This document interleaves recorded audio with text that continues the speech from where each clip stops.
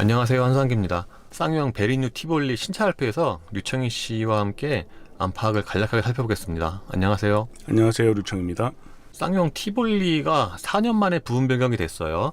보통 티볼리급이라면은 대략 3년에 한 번 정도는 부분 변경이 되는데, 이 티볼리는 2015년 초에 나와서 이제야 부분 변경이 된 거니까 통상적인 그런 사이클에 비하면은 좀 늦었다고 할 수가 있죠.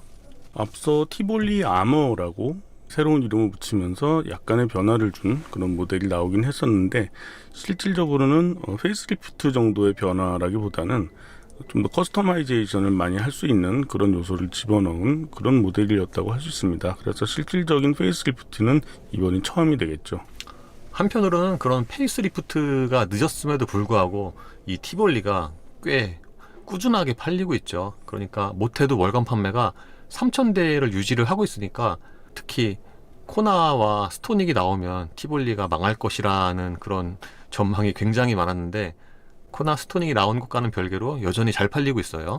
기본적으로 티볼리는 뭐 이미지 빌딩을 상당히 잘했다라고 볼 수 있고요. 그리고 소비자들이 좋아할 만한 요소들을 적당한 가격대에 구매할 수 있는 그런 요소들을 많이 갖추고 있었기 때문에 꾸준하게 인기를 얻고 있습니다. 지금도 하이브리드나 친환경차 모델을 제외를 하면은 이 티볼리가 그 세그먼트에서는 1위라고 할 수가 있죠. 그러니까 이 B세그먼트 SUV 시장에서는 티볼리가 완전히 자리를 잡은 스테디셀러라고 할 수도 있죠. 저 스테디셀러이면서 뭐 거의 베스트셀러와 맞먹는 수준의 판매를 계속 가져가고 있다고 할 수 있습니다. 4년 만에 부분 변경이 된 만큼 이 변화의 폭이 좀 큰데, 일단 외관 디자인은 그 생각만큼 그렇게 많이 바뀌진 않았어요. 조금 세부적으로 디테일을 좀 다듬은 정도입니다. 기본적으로 앞서 선보인 V급 모델인 코란도의 디자인과 많이 비슷한 요소들을 앞부분에 적용을 했고, 뒷부분은 크게 달라진 것은 찾기가 어렵고요. 그런데 이 램프는 전부 다 LED가 적용이 됐다고 하죠. 헤드램프 같은 경우에도 풀 LED라고 해서 모든 램프가 다 LED를 쓰고 있습니다.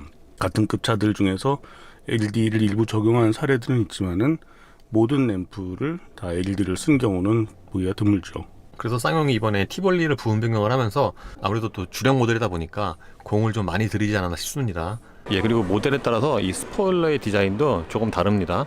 새로 바뀐 티볼리 디자인 어때요? 예, 안녕하세요. 카레베 신동빈 기자입니다. 요번에 새로 나온 코란도랑 좀 헤드램프나 이런 보조등 이런 부분이 비슷하게 바뀌면서 좀 더 정돈된 이미지를 보여주는 것 같긴 한데, 글쎄요, 저는 저 헤드램프 사이에 있는 저 크롬 있잖아요.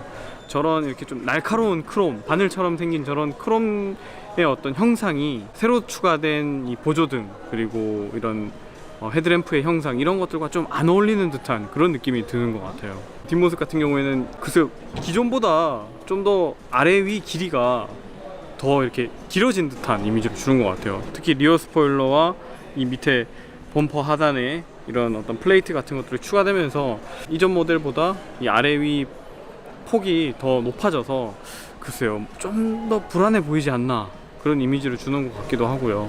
저희 회사 직원이 이걸 이전 모델을 타고 다니는데, 그걸 보다가 오늘 이걸 딱 보니까 확실히 두꺼워진 것 같아요. 그리고 실내는 개인적으로 아주 잘 바뀐 것 같습니다. 코란도에서는 크롬을 너무 많이 썼다는 평가도 나왔었는데, 그리고 그 크롬이 너무 센 크롬이라서 반사율이 너무 높고 좀 조잡해 보인다는 생각도 가졌었거든요. 근데 이번에 바뀐 실내는 크롬이 한층 톤 다운 되면서 되게 사이버틱한 이미지를 주면서도 적당히 고급스러움을 주는 그런 느낌인 것 같아요. 타이어는 넥센의 엠프리즈 AHA, 사이즈는 215, 50R, 18입니다. 이 알로이는 사이즈가 두 가지예요. 16인치와 18인치, 그리고 디자인은 세 가지입니다. 참고로 이번 부분 변경은 티볼리만 해당이 되고요. 에어는 차후에 계획이 있다고 합니다. 예, 티볼리 부분 변경의 실내는 많이 달라졌죠. 사실 기존의 티볼리는 외관은 꽤 강점이 있었지만 실내는 좀 약점 중에 하나였거든요. 왜냐하면 기존의 티볼리의 실내는 재질부터 디자인까지 차 급을 감안을 해도 좀 떨어져서 그 전체적인 상품성에서 가장 약한 부분이 실내라고 할 수가 있었는데, 지금 이 부분 변경 모델은 굉장히 많이 좋아졌죠. 달라지기도 하고, 이 바뀐 실내를 보면은 부분 변경이 아니라 풀모델 체인지라고 해도 될 것 같아요. 전반적인 레이아웃에서 디자인까지 상당히 많은 부분이 달라졌습니다. 특히 대시보드의 디자인이 크게 달라진 게 그런 변화의 크기가 상당히 크다라는 그런 느낌을 주기에 충분합니다. 대시보드에 적용된 우레탄 같은 경우에는 여전히 좀 딱딱한 편이긴 하지만 기존에 비해서는 좀 좋아진 편이고요. 그리고 지금이 실내라서 정확하게 판단은 안 되는데 야외에서 보면은 좀 느낌이 달라질 수도 있습니다. 실내에서 가장 눈에 띄는 부분은 역시 모니터죠. 모니터가 9인치가 적용이 됐고요. 그러니까 옵션으로 9인치를 선택을 할 수가 있고요. 기본형도 8인치라고 하죠. 어쨌든 이 급의 SUV에서 9인치 모니터가 적용이 되니까 요거 자체는 꽤 호화 사양이라고 할 수가 있죠. 베젤 같은 경우에도 터치할 수 있는 그런 부분들을 그 화면과 같은 평면상에 위치하게 만들어놔서 상당히 깔끔한 느낌을 주도록 디자인을 했습니다. 모니터의 사이즈는 커졌는데 안쪽에 있는 메뉴가 그 커진 사이즈만큼 이렇게 많은 건 아니에요. 모니터 위에, 그러니까 이 센터 패시아의 가장 위쪽에 이 송풍구가 자리한 것도 조금 눈에 띕니다. 요즘에는 이렇게 송풍구가 가장 위쪽에 자리한 거를 이렇게 많이 못 본 것 같아요. 이런 데 이렇게 만져보면은 뭔가 조립의 견고함 이런 건 꽤 좋은 것 같아요. 이렇게 네. 여기 잡고 흔들어 봐도 소리가 이게 거의 안 나네요. 네. 대신 누르면 소리가 좀 나긴 하네요. 그리고 센터 패시아라고 불리는 부분에는 하이그로시가 굉장히 많이 쓰였죠. 요즘에는 뭐 하이그로시가 워낙 많이 쓰이긴 하지만 이 티볼리의 경우에는 유달리 센터 패시아에 하이그로시가 가장 많이 쓰인 것 같습니다. 공조장치의 경우에는 매우 직관적인 디자인이죠. 이 디자인이 뭐 그렇게 예쁜 건 아니지만 한 번에 사용법을 알아볼 수 있는 그런 디자인이에요. 그리고 공조장치를 조작을 하면은 이렇게 모니터에 관련 내용이 뜨고요. 이 공조장치는 바람 세기는 버튼으로 하고 이 온도 조절은 다이얼식인데 이것도 기존에 비하면은, 그러니까 신형 코란도처럼 이런 다이얼의 조작감이 꽤 좋아졌습니다. 그리고 이 아래쪽에는 통풍과 열선 시트가 있고요. 이 밑에 드라이브 모드와 USB 그리고 ISG 온오프 버튼의 이쪽 디자인도 좀 달라졌습니다. 기어 레버 앞쪽의 디자인은 기존과 거의 동일하죠.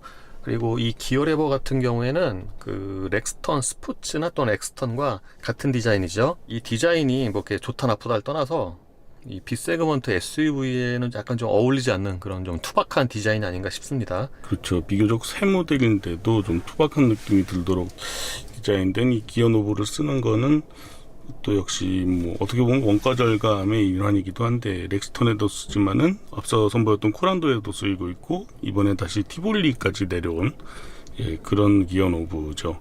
기어 노브뿐만 아니라 스티어링 휠 디자인 같은 경우에도 마찬가지로 거의 모든 모델에 적용이 되는 것을 볼 수가 있습니다. 이 스티어링 휠 같은 경우에는 저는 이게 그립감은 되게 좋은 것 같아요. 네, 그 림의 굵기도 적당하고 특히 이 가운데 부분 있잖아요. 여기 약간 반펀칭을 해놔서 손에 잡히는 감각은 꽤 좋습니다. 그런데 이거 차 크기를 생각을 하면은 스티어링 휠이 지름이 좀 큰 게 아닌가 싶어요. 예, 좀 큰 편이죠. 그리고 실제로는 뭐 원형이나 다름없지만은 아랫부분을 살짝 깎아놔서 마치 D컷 스타일의 스티어링 휠인 것처럼 만들어 놓은 이런 부분들도 좋게 보면은 센스 있는 그런 표현이고 안 좋게 보면은 그 무늬만 D컷인 그런 형태라고 할 수 있겠죠. 스티어링 휠에는 버튼들이 많이 있고요. 그런데 이렇게 눌렀을 때의 이 버튼 조작감 있잖아요. 이거 같은 경우에는 좀 좋아지지 않았나 싶습니다. 전보단 좋아졌네요. 기어 레버 뒤에 있는 컵홀더의 디자인은 동일하고요. 이번에 EPB가 적용이 되지는 않았네요. 계기판은 그야말로 풀모델 체인지가 됐는데 기존에 비하면 디자인이 진짜 좋죠. 기존의 계기판은 정말 되게 안 예뻤는데 지금은 이 계기판이 굉장히 많이 예뻐졌어요. 페이스리프트 이전 모델이 정말 구식 같은 느낌이 들었다고 하면은 새 모델 같은 경우에는 풀 LCD 계기판을 쓰면서 상당히 좀 정말 새로운 세대의 차라는 느낌을 많이 줍니다. 물론 기술적으로는 앞서 선보인 코란도의 것을 거의 그대로 가져왔고 대부분의 기능들을 그 LCD 화면에다 표시를 하는 것과 달리 몇몇 그 기능 관련된 표시들은 여전히 전구 방식으로 표시가 되는 것들이 조금 좀 어색한 느낌을 주기도 합니다. 이 계기판 디자인 보시면은 뭔가 K9과 G70을 좀 짬뽕한 것 같아요. 예를 들면은 지금 같은 경우에는 그 K9의 계기판 그 디자인과 비슷하고, 그리고 이 디자인 같은 경우에는 그 2019년형 G70과 되게 비슷하죠. 그리고 기존에 비하면은 이 계기판에서 보여지는 정보도 굉장히 많이 늘어났죠. 조금 전에 유청희 씨가 얘기한 것처럼 기존의 계기판은 진짜 그야말로 옛날 디자인이었는데 지금은 안에 들어가서 이렇게 보여지는 정보도 굉장히 많고 디자인 자체도 예쁘죠. 재밌는 것 중에 하나는 코란도도 그랬지만은 이번 베리뉴 티볼리에서도 계기판의 화면의 내용과 센터페시아에 있는 인포테인먼트 스크린의 내용이 연동이 안 되는 것들이 볼 수가 있어요.